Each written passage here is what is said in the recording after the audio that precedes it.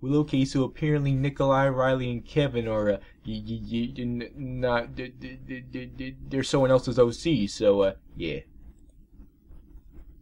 I'm not gonna read those stories just to get background on them, so I'm just gonna keep reading. I don't do nothing. Queen Chrysalis sat at the throne in Camelot Castle and looked at the captured princesses with a sinister grin. Her grin grew wider as she looked down at the shackled little boy on his knees and head lowered to the floor. She used a hoof to stroke from the top of his head down his back while he trembled underneath her touch.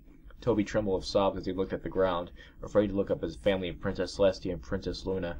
His eyes were flooded with tears as he allowed them to flow freely down his cheeks and let out small weak coughs, making his body shudder harder. Chrysalis realized, relishing the pain the small child was in, and she let out a lowly cackle. Well, my obedient little pet, I'm going to go take a stroll through my palace gardens. She leaned her head down and roughly nuzzled the top of his tear-stained cheek.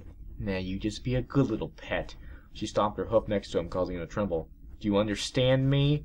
He felt her hot breath wash over his face. He kept his head lowered and nodded, shuddering with sobs. Yes, Queen Chrysalis, he whimpered as he sat helplessly on his knees. She let out a cackle as she turned to trot out of the balcony and flew down to the gardens. Meanwhile, Celestia, positioned on her haunches, looked up at the broken child at the throne, and her eyes started to be consumed with tears. Luna looked over to her sister and then at Toby, feeling the same sorrow Celestia did. Celestia spoke with the softest of voices to try and get the child's attention.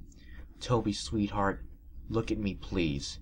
Her eyes grew wide with shock as he weakly lifted his head and saw the pained sorrow etched on his face. Oh, my poor, poor young nephew. What has she done to you? Tears threatened to escape as she looked at his face stained with tears. He spoke between his sobs. Auntie Celestia, Auntie Luna, I'm so sorry. This is all my fault. Technically, it's Security Mark Crusader's fault, but that's okay. He lowered his head back down, making the change of the wrist shackles to clang lightly against the cuffs. Luna shook her head and frowned at the little boy.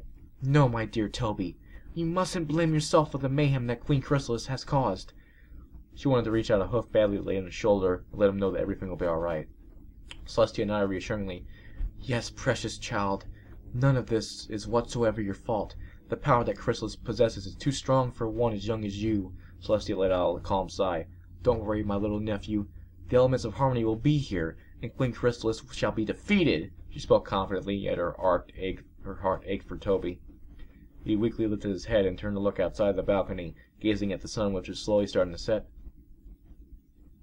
Oh. There's no quotations, but I guess he's talking. Mama, I'm so sorry. I love you, Mama.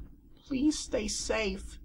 Inside the Golden Oaks Library, the elements of harmony were all together, along with Discord, Princess Cadance, and the 3 new allies that had joined to assist the group. For some reason, Spike and the 5 fillies were upstairs in Twilight's bedroom sleeping.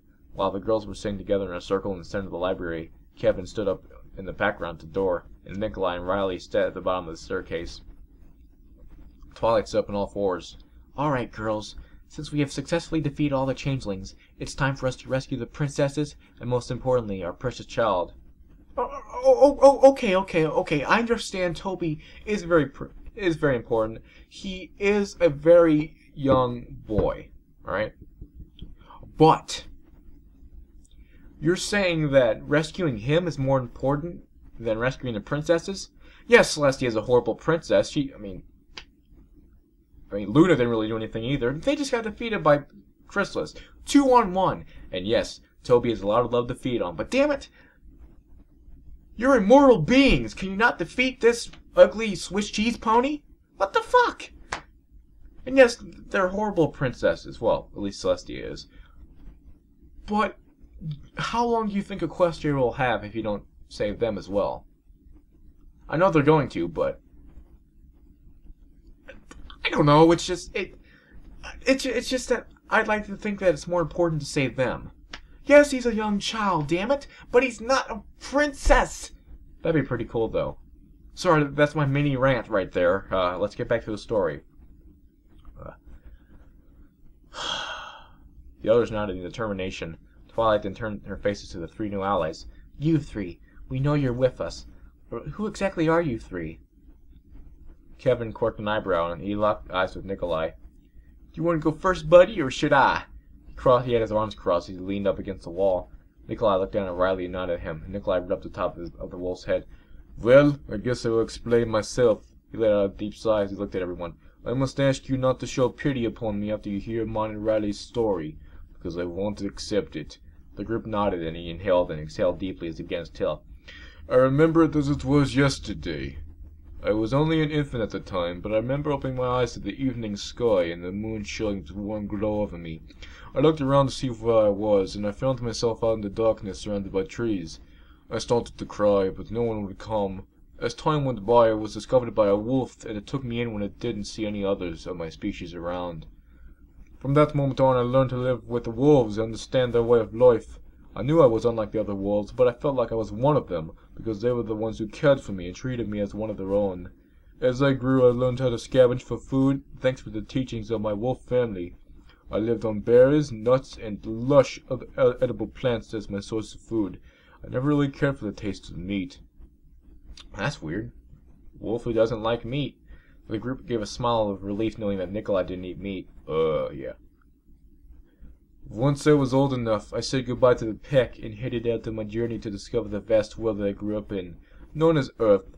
While on my exploration, I came across Riley here, but he was severely injured with a broken leg. For a whole month, I nursed him back to health, and we have been best friends ever since, even though he doesn't talk. Nikolai rubbed the top of Riley's head, earning him a lick on the face. The two shared a warm smile, and the ponies gave a soft smile of their own. However, on one cold winter's day, our friendship almost meant a tragic end. We were just treading through a thick wooded forest. Now on Earth, humans like to hunt and kill animals, either for sport or for food during winter. Their favorite animal to hunt is deer, so of us traveling through the woods, they thought we were a couple of deer. We had 2 shot blasts, but it was of a sudden that we didn't have time to avoid the bullets. I was shot in the chest, and Riley was shot in his side. Before we collapsed to the ground, I caught a glimpse of the 2 lowlives that shot us, and they ran away like the cowards they were. I could feel my heart beating fainter, but I was more concerned for Riley. We lay there looking into each other's eyes, and we knew this was it. I reached out and held Riley's paw in my hand as we slowly drifted off into unconsciousness. The group gasped, and had tears threatening to escape from each of their eyes. I remember suddenly waking up, blinded by the bright light of the sun, and I could hear the flowing of a steady stream. Suddenly I sat up, gasping for air as I felt the beat of my heart becoming strong once again. Before me, though, put a smile on my face, because I saw Riley drinking from the stream, and I raced over to give him a big hug. While we embraced each other, which felt like eternity, we heard the voice that of a soft and angelic tone. We looked up to see that the voice was coming from your Princess Celestia. She brought us here to Equestria when she discovered that we were on the brink of death and gave us a second chance of life. For her honorable and selfless act in saving us, I vow to offer my assistance if any danger may arise in Equestria. He let out a deep sigh as he finished his tale. Oh, you poor dear! You and your friend have been through so much. I'm truly sorry, darling. Rarity spoke up as she gave the 2 a sad smile. Nikolai waved a hand at her. It is okay, Rarity. Like I said, I don't ask for pity because I am breathing, and I have my best friend with me. Riley barked happily and licked at Nikolai's hand. Nikolai laughed as he turned to Kevin. Well, I told my story. Now you. Kevin stood up from the wall and let out a deep sigh. Well, there isn't much to tell about me, except I'm just like you. I grew up without knowing my parents. In fact, I don't think there are any satyrs here in Equestria. He gave a sad smile and let out another sigh.